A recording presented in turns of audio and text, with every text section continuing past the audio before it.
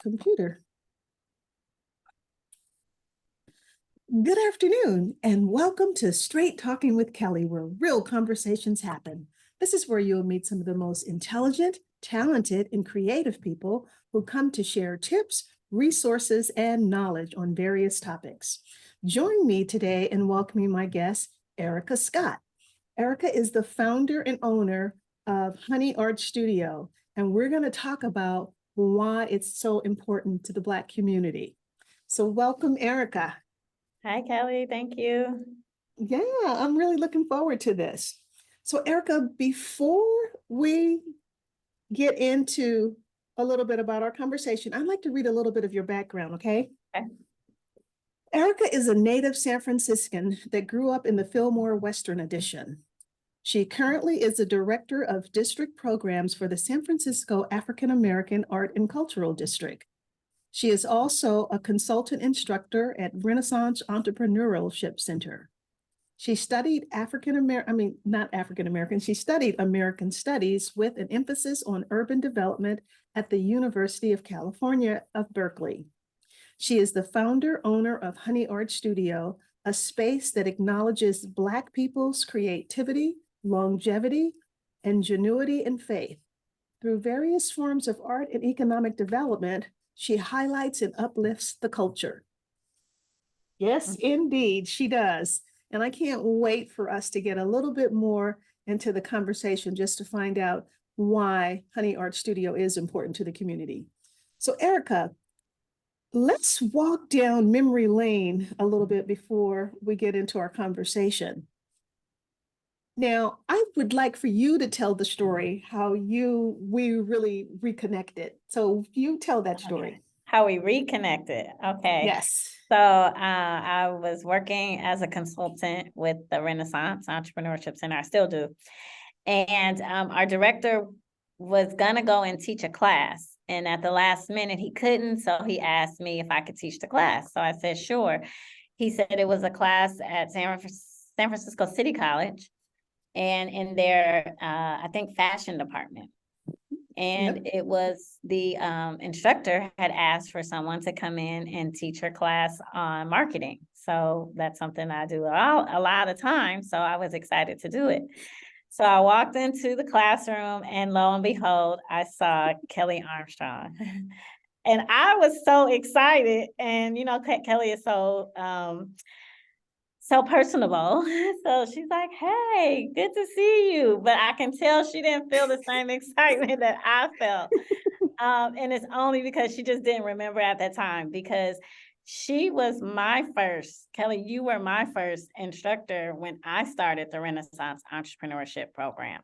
Yeah. I was a student long before I was a consultant instructor. And like I said, you were my introduction into the foundations of entrepreneurship, which started off with personal development and self-esteem. Yeah. And you were that instructor. And again, like my introduction to this world. And so I can never forget you. And I know you make an impact on a lot of people's lives like mine. So I understood that you didn't quite remember me, but I surely remembered you. And it was so good to see you. And that was almost what? 7 years ago? That was longer than that. Longer than that. It's been a while. Yeah. And we've been real connected. And you're right, because Marcus Tart used to actually come and do the workshops with me at City College. And yeah, and so not only am I a graduate of San Francisco Renaissance myself, then I also taught there. And so, yeah, you're right. I did have a lot of people coming in. And just over the years, because I'm a teacher, I've been teaching so many people, it is hard to remember everyone. But when you kept looking at me, and I was like, okay, she knows me. I want to know why. So it was a great connection. And we've been in touch ever since. And we've done some amazing things together that we hopefully will talk about as we go on with the interview. So now, Ericka, I would like for you to tell us a little bit about your background, like where were you born and raised, and what schools did you go to? Okay, so I was born in San Francisco. Originally, until I was about 11, I lived in Lakeview, OMI district of San Francisco, where my mom and her family lived for many years. And then we moved over to Fillmore. My mom and dad was actually able to purchase a home. And actually, before my mom moved to Lakeview, her mother lived in a house right across the street Oh, from wow. years later, where my parents bought the home where I actually ended up staying and growing up from the age of 11. Again, it was in the Fillmore district. And as far as schools are concerned, I went to a lot of schools, and education was huge in our family, both sides, my mom and my dad.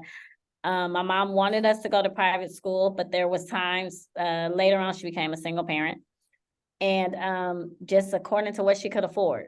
So Okay. sometimes we were in private school and sometimes we went to public school. So yeah, I went to school all over San Francisco pretty much. And again, when we were younger in Lakeview, and then I went to Dr. William L. Cobb Elementary. I went to Marina Middle School, and then a private school in the Avenue, St. Thomas Apostle. And then I went to the best experience I've ever had in school, which was St. Rose Academy. And it was an all-girls private school, 280 girls in the whole school. Oh, wow.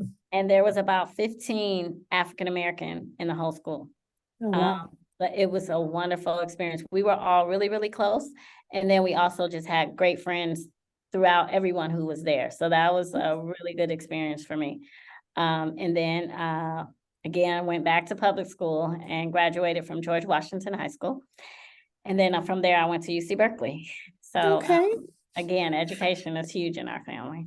Sounds like an adventure. And you know what? One of the things that I think is key, what you said, is that because you did go to a lot of schools, private and public, the experiences from those, from being able to navigate both of those. Yeah, that's a wonderful thing to be able to do. So Yes, it was by design, and that's why you do what you do now. it was really by design. I remember leaving private school and going to public school in the 4th grade, and we had a reading circle. And I remember at least half the kids couldn't read. Wow. And this was 4th grade. And I couldn't believe it. And I actually went and I told my teacher, I said, you know what? I noticed that the kids in the back, they fool around. And they're the ones who cannot read. So I think you should let me sit in the back because I'm going to do my work. And you should let them sit in the front because then you can pay close attention to them. And she looked at me, she said, you will not tell me how I'm going to organize. And I said, okay, I just thought it was a good idea.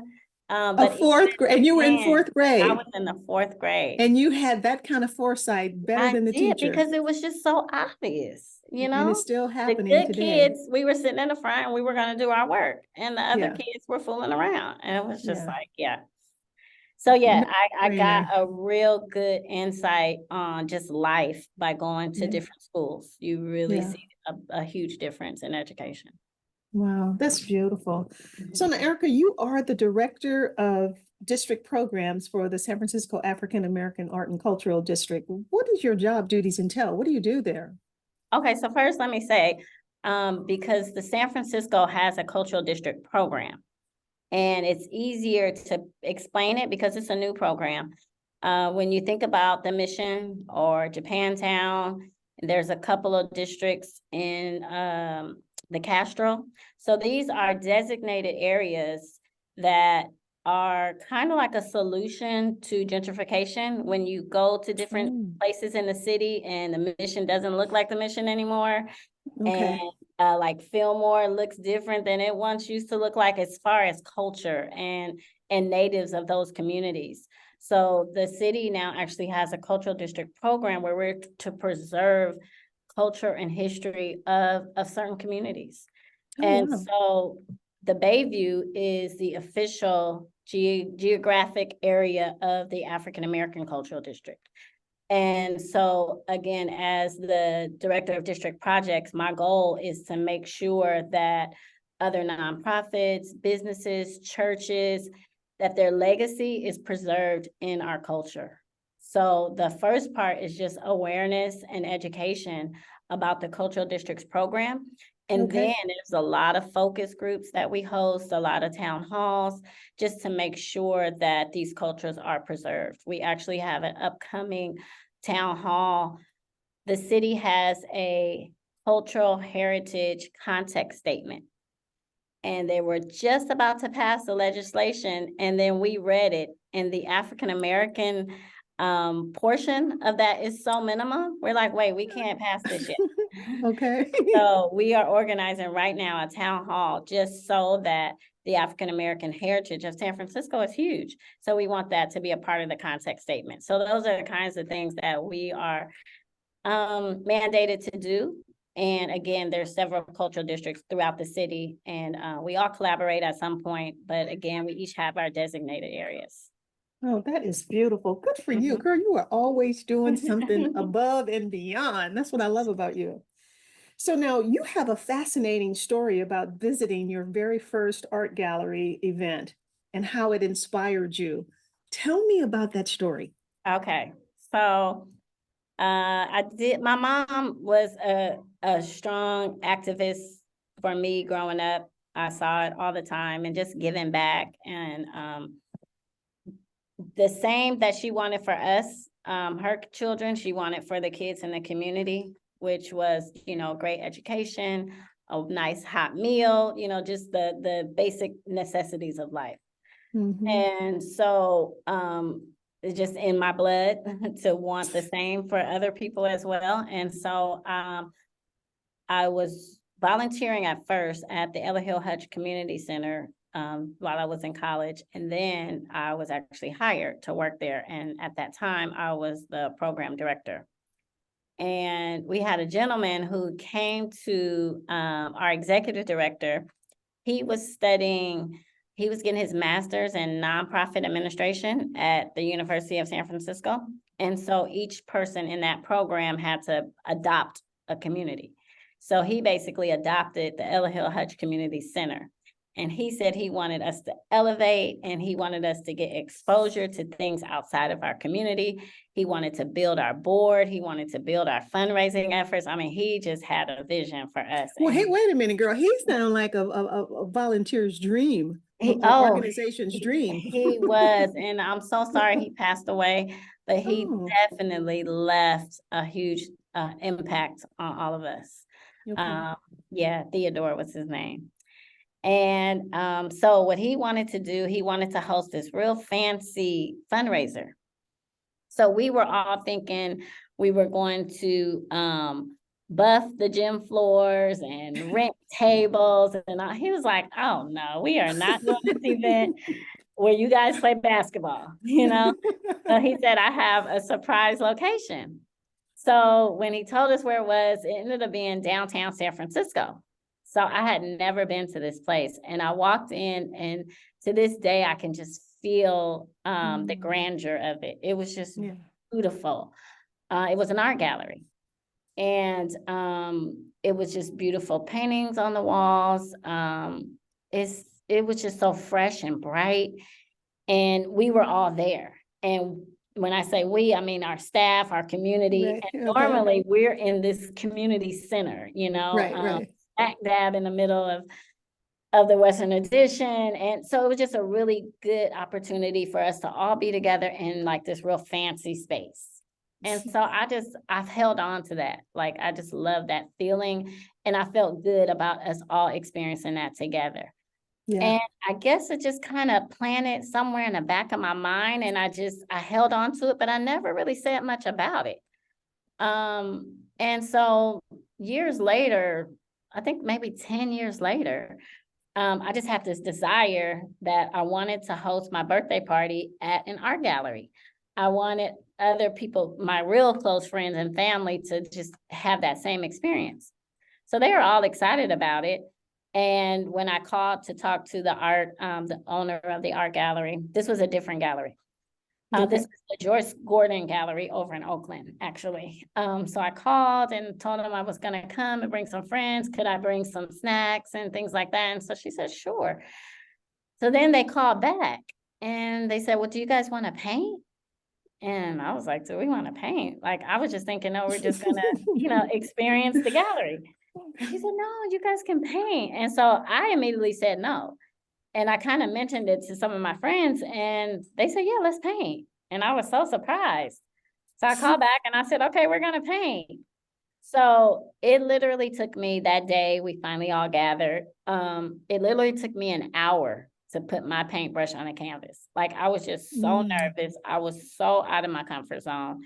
I was, okay with like community work and teaching business classes and that kind of thing. But art, that was so not me. And I was just so like, so there was an art coach. He said he's not a teacher, he's a coach. So he coached me through painting a butterfly. And I literally saw that white canvas transform with these beautiful bright oranges and blues and purples. And I had done it. I mean, after the fact, it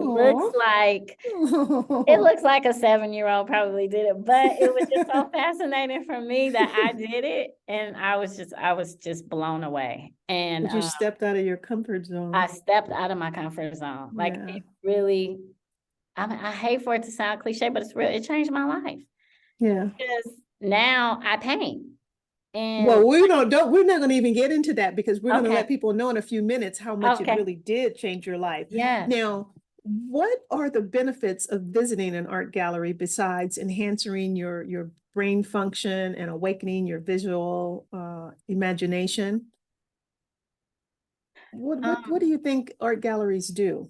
So I think it can also be a history lesson. Absolutely. And learning about the particular artist. And then you also can learn there's like different techniques to art. Yes. Just if you're just not that familiar with the world and you kind of just see on TV, or you may read a novel and it talks about an art gallery. And, they say there's no judgment in art and that art is left up to interpretation. And it's so real, but you just make those connections to everyday life. And you know what? And so what I find fascinating about that is because of your experience going to that very first gallery, then having that event birthday party for yourself at a gallery. And like you said, that was 10 years later, you open Honey Art Studio Art Gallery. Let's talk about that. So how did you throw away your marketing hat and decide, you know what, I'm not doing business plans with y'all no more. I'm getting ready to start working on this Honey Art Studio. Tell me about that. And congratulations for that too. Thank you. Thank you. So I'm a huge, huge fan of Shark Tank. Okay. Like my family, like they know if I'm watching TV, it's probably Shark Tank. So I remember watching an episode and one of the ladies was talking about, she was an entrepreneur instructor for a long time, but she always had a desire to start a business. And she said, you know what, I've been teaching, now it's time. And so I still keep on my marketing hat and I still teach, but it was time for me to jump in the game. Okay. And the art, it kind of was, I really feel like it's a gift given to me. I really do. Because like I said, I don't have a background in art. I was scared of art. And since I had this opportunity and it was so life-changing for me, I started hosting art parties. And then somebody said they would pay me for it. And Kelly, that did it. I'm a serial entrepreneur. So as soon as they said that, I was like, oh, okay. And you know what I found interesting about you is that you were a part of that paint night movement. And, so you were in the beginning stages of that. I didn't know. I did not know all that was going on. That's why I said, God really gave me a gift. I mean, I'm just like, when people call me and say, they want to set up an art party or they want to come to my studio, I'm still in awe. Like, is this really my life? They're calling me because it's a movement. You're right. It's people are doing paint nights and everywhere. Yeah. And it was just, again, like I said, it was just that seed planted so long ago. And it just grew and grew. What really happened was my living room was full of supplies and canvases and brushes. My kids were like, Mom, really? So I was like, okay, I got to get a space. And so that's really how it happened. Yeah. So yeah, it just kind of happened for me, honestly. And you know what? And I remember when you were in Delhi City, Mhm. your first one, I loved it. And I was like, Yeah. oh my gosh, she really does have this studio. So now tell me, what are some of the events Mhm. and the classes that Okay. you have? Because not only do you have classes and you host events, but like you said, people can rent your space as well. Yes. So tell me about that. Yeah, so it's an event space, it's an art studio, it's an art gallery. So we just hosted 2 graduation parties, separate events. So like people come and they host graduation parties, birthday parties. We had a Mother's Day dinner. So the space is available for different types of activities, events. We have an upcoming event with UCSF, and they're going to come in and their staff. We're going to host an art party for them as a retreat for them. So there's just multiple reasons people come. And within the space now, we have a fantastic exhibit. Okay. We have over 72 images from the book Harlem of the West, and it depicts Black life in photography from 1940s through 1960s. And in the Fillmore, it used to be a really thriving Black community. Yeah. I mean, Yeah. it was like businesses, professional services, doctors, attorneys. They had a huge nightlife. Lena Horne and Billie Holiday. So you got Billy D. Williams on your Right, mind, huh? yeah, right. He might have been there because you see those photos, everybody Yes. used to come to the Yes. Fillmore. Like that, it was Yeah. really the Harlem of the West. I love looking at those photos in your Oh, it's studio. They're amazing. gorgeous. Yeah. Yes. And the So we black have, and white, and they're black and white, which makes it even better. right? Yes. I actually had someone come in and visit, and they said they want to recreate that with some modern day people in our community, Oh, but they wanted black and white. So okay. you're right, Nice. just that Nice. that Nice. feel of black and white. But so in addition to event space, people really come and just want to see the gallery. We have schools, University High School came, their social justice department, and they took a tour of the space and wanted to learn more about the Fillmore. My alma mater, which I mentioned earlier, Dr. William L. Cobb, it's an elementary school not too far from us. They come on a regular basis. They're 4th and 5th Oh, graders, and we nice. teach them history. We had a film group come 2 days ago from Paris, and Wow. they heard about the images, and they came and took photos and asked questions about, the exhibit. So yeah, the space, and it's also, honestly, there was a group of us in the space one evening, and we were sitting in the window so you can see us. It was probably about 7 or 8, and this guy literally double parked his car, walked in, and he said, "What is this?" And we're like, "It's Honey Art Studio." And he's like, "No, I haven't seen a space where Black people are in a business, just being in a space." He said, "I haven't seen this Oh, in so long. I just wanted to come in and see what was going on."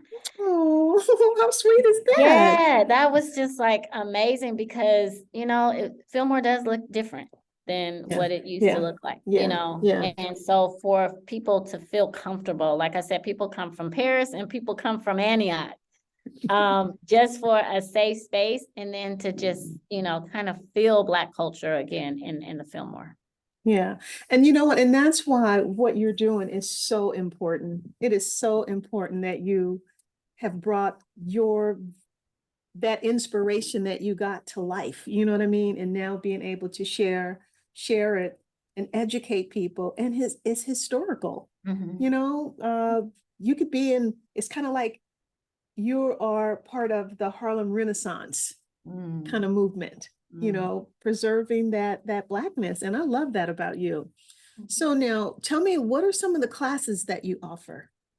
Okay, so Kelly, even when I walked back into your classroom and I was teaching a marketing class, I think I pulled you to the side and said, well, Kelly, I You still want to did. know how to sew. You did. You Yes. did. Yeah. So thanks to you, Kelly, you developed our sewing curriculum. So we still teach sewing classes, beginning sewing classes. And then we also just have a variety of art classes.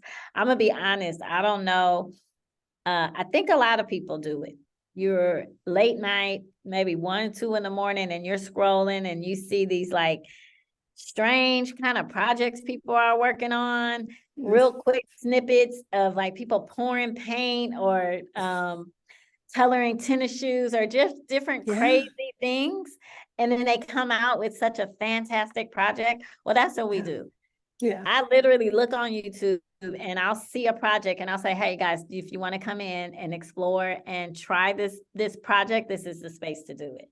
Yeah. Because sometimes we get so caught on our phones and we're so fascinated with what other people are doing. I really like to create these experiences so people can come in and feel the paint for themselves, look at the different colors and try different things. Again, getting out of that comfort zone the same way I did when I used to be so scared to paint. It's Yes. like, no, come in, let's actually try this and let's do it together. Yeah.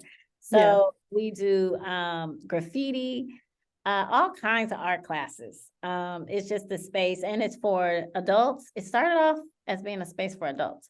But after a while, when you have art, of course, kids are going to get You gotta involved. have the So kids. You you got to gotta have the have the kids. kids. You So gotta we have the do, kids. most of our classes are interchangeable. And sometimes we build classes that unify different generations as well. So we'll have Okay. seniors and youth working together. Sometimes the seniors just want to hang out on their own, and that's fine too. So we have all different kinds of art classes, and the fashion design program is one of my favorites. Oh, that's beautiful. I think it's awesome. And you know what? I remember when I was actually teaching one of the sewing classes for you, and then COVID came along and it interrupted our program. So we never did get to decorate the jean jackets Right, because I had right. really, but at least we did get the hand sewing. They were making the pillows, And they but make the pillows. Yeah. yeah, so it was wonderful. So now tell me, what can we expect from you in the next 5 years? What you got going on, girl? Because I know you got something. Okay, so one is just gonna just be like totally different. And then the other one is an extension of, honestly, Kelly, what you helped me to establish. And the fashion program is something, again, that's just, it's more to it than me just wanting to learn how to sew. Fashion in urban communities, Black culture is everything, you know. Yeah. Yeah. And I believe other cultures appreciate it, but I don't think that we really understand the value. And designers, clothes and bags and all, I have nothing against it. However, again, I don't think we value our own worth. And I really want to take the fashion program to a whole nother level. And I want to establish a manufacturing space in the city that everyone is welcome, but I really want young Black people to understand the history of fashion. Like you teach, you go way beyond just the sewing machine. We got to take Yeah. classes before we get to the sewing machine when we do. Right. Exactly. Just Exactly. really understand and understanding our place in fashion. And you even taught about how the sewing stitches were connected to communication and slavery, Yes. being able to escape or just to be able to talk to one another. I mean, those things matter. If I didn't sit with you, I would have never known that. Yeah. So I Yeah. just understand how deep fashion is in world culture. And I Yeah. just really want us to have a significant space in that. And so Yeah. I really want to build a whole, I don't know what to call it, because I don't know if it's like a I think it school. is a phenomenal idea. And you know, as you were saying that, it made me think about I can't think of the Black designer's name that made Jackie Onassis' wedding dress, You told me and that. how she was definitely kept undercover, real Right. quiet. We Yes, don't get you to, wouldn't know that. yeah, she doesn't get to blow up. So yeah, so I understand, and our kids are so creative. They're And then so if you really creative. think about fashion, when you think about the Tommy Hilfigers and the rest of these people, they got the ideals from the Black Yes. community. Our kids show what's going to be Yes. next. You know what's And next. so why aren't we being the Yes. ones being Yeah. paid for this? So Exactly. I understand what you're trying to do. I think it's a phenomenal concept, and I say go for it. Okay. Yeah, Okay. and I know you're going to do it. You're going to Yeah. you're going to do it. Yeah, and I think it's a beautiful thing. So yeah, that's definitely where I'm focusing on. And then just quickly, my other life is every time I visit Hawaii, I always look for places to stay. Like that's where I want to be. And so I Oh, okay. probably won't like leave like I thought I was, because I still got work to do here. But I do want to have a travel excursion business in Hawaii. Oh, okay. Because I know a lot of people travel to Hawaii, and even when it was like 13 of us, my cousins and I, we all went. They were there 2 days ahead of me. When I got there, I was like, okay, what's going on? What are we doing? They didn't have any plans. So Okay. I got on the internet, I got on the phone, and we went sailing, we went snorkeling, we went to different islands, and they were like, "Well, how did you do that?" And I'm like, "You guys, we can't just sit around. We're in Hawaii." Right. So, but I know, like, that's just how my brain works, Kelly. So, I love I it. mean, I they were love it. so fascinated, and so I would love to just be able to do that for other people. And like I said, everybody goes to Hawaii at least once in a lifetime. Yeah, absolutely. Yeah, Absolutely. so that's something else. That's totally, like I said, on a different spectrum, but I do plan to do travel excursions in Hawaii. Okay. And then so what's going to happen with the gallery? What's your vision for that? What are you doing with Um, that? so oddly enough, we have a summer camp going on right now, and so we took the kids to the Jelly Belly factory in Fairfield. Oh, how fun. Yeah, and so right across the street they have a museum, and Mm. again, when you're in someone else's space, I'm in my art gallery all the time, and I still appreciate it, but then now I have a new appreciation to have more descriptions, because we have lots of images and we have just, little bio cards. But I really want the art studio to be even more of a historical context for whatever the exhibit is. So I Okay. definitely will continue the art gallery and the maker space and being a place for creativity. Definitely want to continue with that. I want to connect more with a couple of the colleges to get students more involved in the gallery space, but definitely I'm not done with that space yet. Okay. Okay. Okay. And it's a beautiful space. I loved it. Thank you. I really enjoyed being there. So yeah. So now we're going to switch gears a little bit Okay. here. But yeah, you are so fascinating. You have a lot going on. You're just so much energy, so much vision in that head of yours. And the interesting thing about you is that you make it happen. You bring it to life. And I love that, because I'm very much like that. If I think of something and I see the end result, then it's done. Then why I know not what I do got it? to do. Oh And, yeah. and Oh guess yeah. what? You're my big sister. So, I mean, we think Yeah, alike. girl, I'm telling you. So now, Erika, tell me this. Mhm. Name three people that have inspired you. Okay. And I know Definitely. there's probably more, and Yeah. this always throw people off, and it's not that when you do mention the three, that you're excluding anybody else. It's just that right Mhm. now, Yeah. just the three. Yeah, definitely my mother. Um, like I said, she definitely wanted what was best for us, for her kids. But then also, like I said, for everybody in the community. I remember honestly one time, I asked her, I said, no, I went to my cousin's house. And Okay. when we went to their house, there was like, my auntie was loving and giving, but there were certain things we couldn't touch because it belonged to our cousin. And so at our house, if I said like my cousins or my friends couldn't touch something, my mother would say, "What do you mean? Like, everybody can touch and do whatever they want, you know? And Mhm. I asked her one day, I said, how come nothing just belongs to us? You know, why do we have to share everything, you know? And she said, you have to be grateful for everything. Nothing belongs to you, you know? And as a kid, that was kind of heart-wrenching.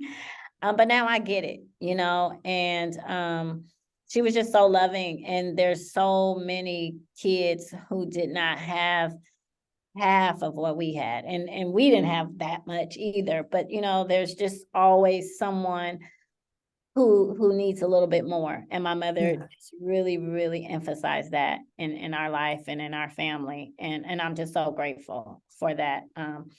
You know, even as a Black person, and, you know, I guess sometimes people don't understand that Black people are, you know, not all the same, you know. And Right. so even as a Really? Are you right. sure? Yeah, you know, so as a Black person and just the level of exposure that we had, I know I'm more privileged than some other people, you know, and Sure. so I appreciate that, and I appreciate my mother for making me know that. So Yeah. definitely my mother. Um, Let me see. So about, man, this was like a while back. I was somehow, for some reason, I was going through my mother's things and I found my report card from when I was 7. And Sister Una was my teacher, second grade teacher. And she said, Erica is going to be an asset to her community. And I was Oh. 7. This was second grade. And I don't know what I said or did for her to say that. But I'm gonna be honest, sometimes community work can be difficult. Oh, Because yeah. you don't realize there's so much politics in trying to help somebody, you know, or so Yes. much resistance when you're trying to help somebody, or how much you have to spend your own money, you know, like in the name of doing good, you know. So I mean, so there's a lot. And sometimes I think part of the reason I want to go to Hawaii is because you just kind of get a break from all that. Yes. Um, and then so then when I'm just like honestly frustrated or fed up, I remember what Sister Una said, and I was 7. So I know like that came from a bigger place. You know, I feel like God really has me doing the work that I'm doing. So I'm so grateful that she actually wrote it, and you know, Yeah. I Yeah. can reference that.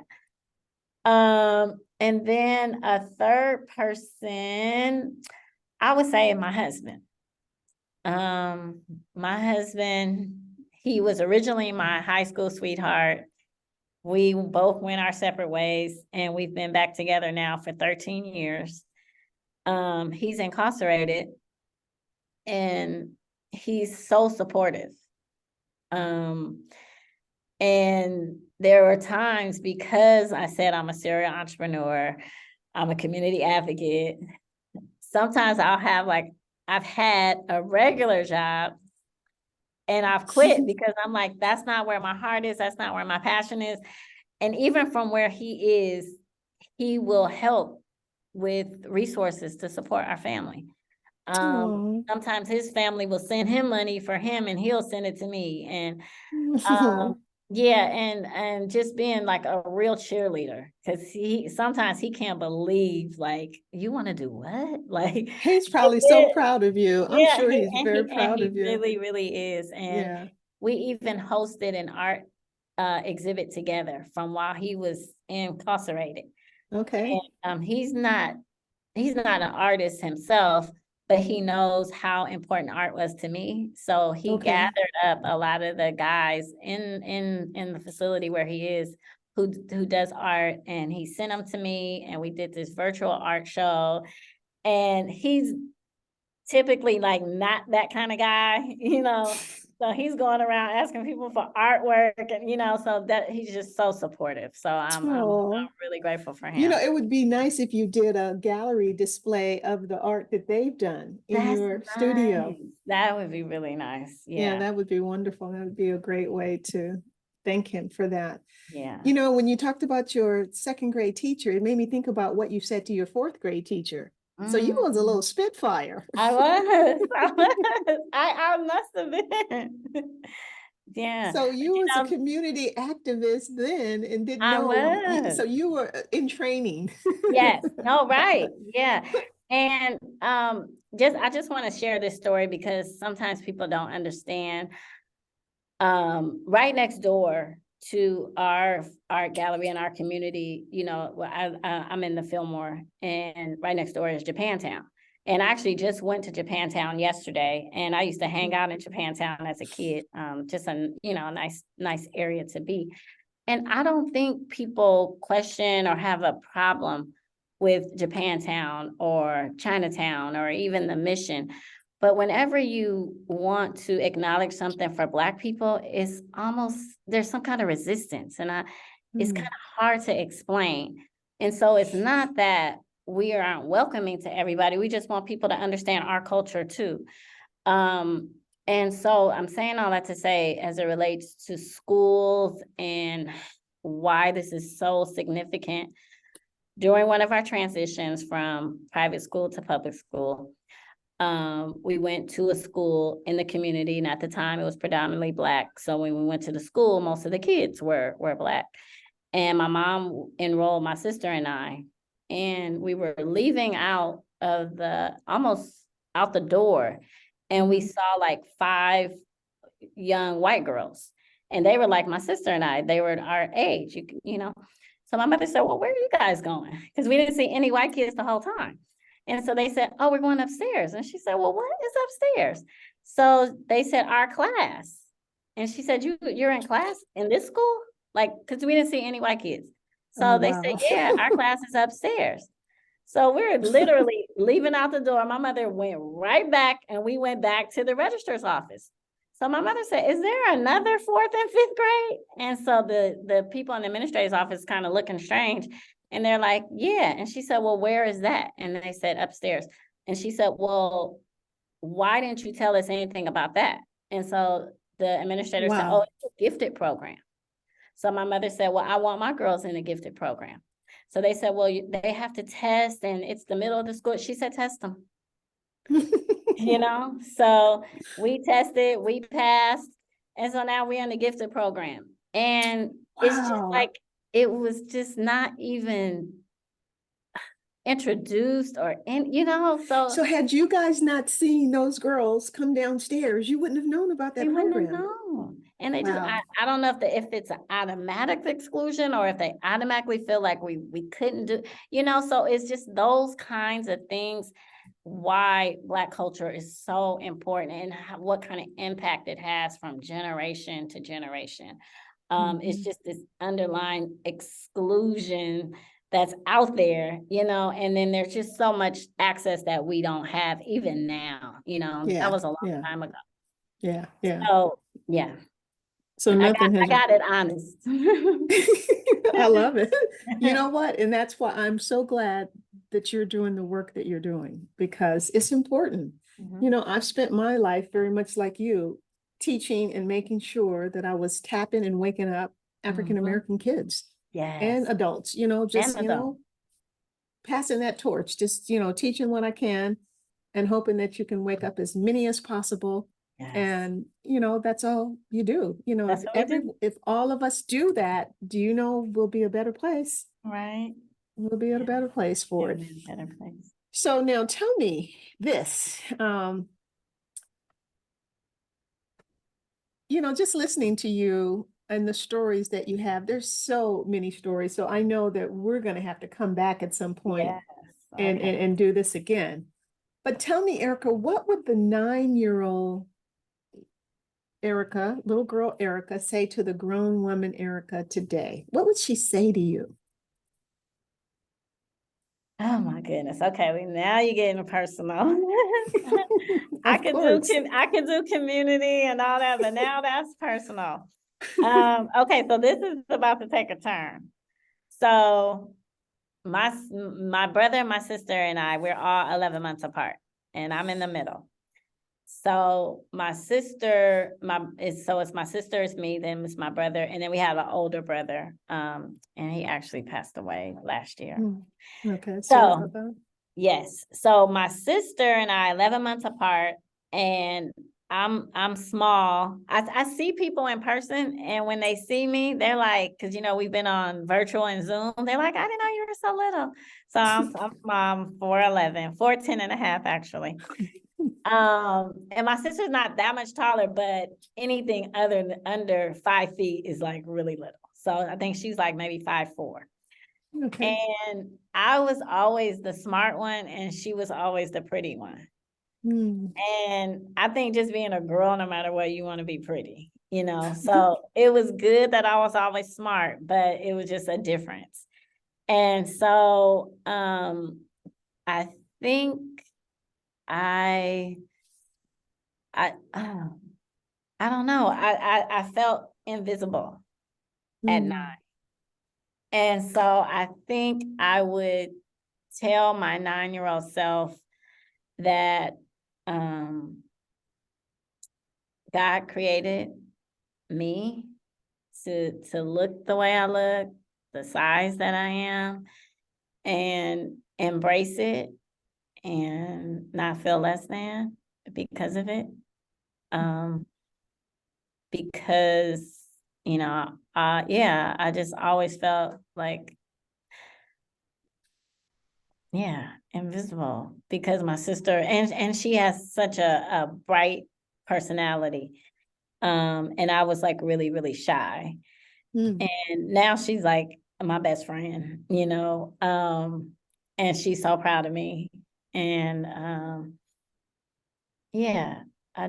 don't know. People made such a difference between us, and I Mm. took it so personally. So I would tell my 9-year-old self that in the end it's gonna be okay. It's okay to be the smart one. And you, girl, you know what? And you're also very beautiful too. So don't get it Thank you. twisted. Don't get it twisted. So yes. So I don't know what your sister looks like, but I know what you look like. And I Oh, think not thank only are you. you smart, you're beautiful, but you are little. Mhm, I can't mhm. help you there. But then so Right, am right. I. You can't change that. Yeah. Yeah. So am I. But you know what? And I never think about it until people point it out to me. Right. Oh Because I my feel just as goodness. tall as anybody Right. else. You know what I mean? It's just Man, like, they will oh, let you know. Oh right. my And then I'm just goodness. like, oh, I didn't know that I was short. Right. And does I that didn't matter? know that. Yeah, Right. Does it matter? Yeah. It's like, don't get me started. So yeah, so Right. no. Yeah, so I think that 9-year-old story was very triggering for you.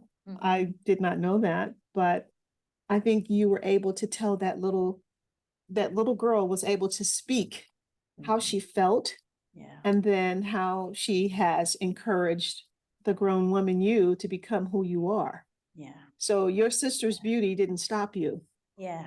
Yeah. That's so true. I guess And that put it in a nutshell. I'll say this too. I think like towards the end of high school, my sister and I, we had a lot of the same friends. And when we would be out, someone may point something out negatively about somebody else, or say somebody was ugly, or talk about their Mm, hair.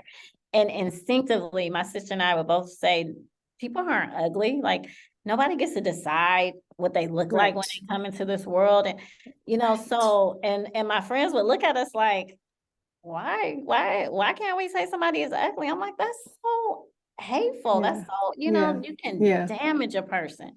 So I Absolutely. think whatever was said to me, I really am sensitive for anything that someone else may see as lacking in another person, Yeah. so Yeah. maybe if I was taller, I might be a little more conceited, or, I don't know.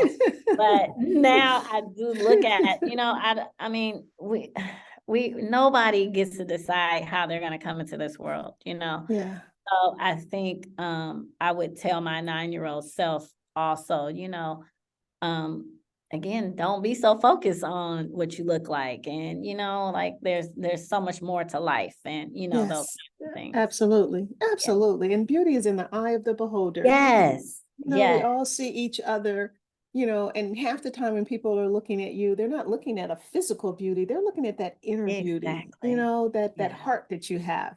Yeah. So now, Erika, as we close the show, Mhm. would you leave the audience with some parting words and remind them how they can be a part of Honey Art Studio, whether it's Yeah. renting a space, whether it's hosting an event, whether it's Yeah. collaborating, whether it's donating? Yes. Say something to these folks, girl. All that, all that. Okay, so one thing I will say quickly, because I was just talking to my cousin, and she was just saying her family owned lots of businesses and property in San Francisco, and they no longer have that anymore. So she said, I can see how people can get depressed on having things and then not having. And I said, I want you to research Colonel Sanders, because he was well past 50 when he opened the first Kentucky Fried Chicken. So Mhm. saying all that to say, it is never too late. Yeah. And I would just love to encourage. I hate saying it, but I'm gonna say it for the benefit of somebody else. I turned 50 this year, and I just would have never imagined I was 50 years old. And there's still so much more that I plan on doing, and I'm God willing, I'm still alive. I'm gonna pursue it. So I just want to encourage somebody. If you have that dream, just go for it. Just take one step at least. And then you can always get in touch with me, and I'm still a business coach, so I can help you with that as well. And then at Honey Art Studio, like Kelly noted, we're an event space, we're an art gallery, we're just a gathering space. We have First Friday, fish fry, and paint nights every first Friday of the month at 7 p.m. So you're welcome to just come by. And Where are then you located? Where are you so located? we are in San Francisco, 1981 Sutter Street, right in between Fillmore and Webster, right in the middle of the block, near Japantown, like I mentioned before. We are online. Our website is honeyartstudio.org, Instagram, Honey Artist, and we're also on Facebook, Honey Art Studio. And yes, if you're looking for a nice, unique, quaint space for an event, for an activity. And then we also do mobile. We'll come to you if you want an art party or paint night, paint sip. They call it different things. We are your go-to. And then look out for us in our upcoming sewing and fashion design programs as well. That is awesome. That is so awesome. So, Erika, I would like to thank you for being a guest on Straight Talking with Kelly, where real conversations happen. Definitely will have you back. To my listening audience, I'd like to thank you for joining us. Please come back, share, like, and Subscribe. think about it. You might be next. I'm always looking for really interesting, talented, creative guests. So hit me up if you're interested. So anyways, Erika, we will definitely do this again, and congratulations. And I wish you nothing but the best at the studio. Thank you, Kelly. And I know I'll be there. I know I'll come by and No, say you'll come hi. And I by. absolutely, Thank you absolutely. for everything, Kelly. You're welcome. Thank you for doing what you're doing in our community. It is definitely needed, and I think it's awesome. Take care. Good night.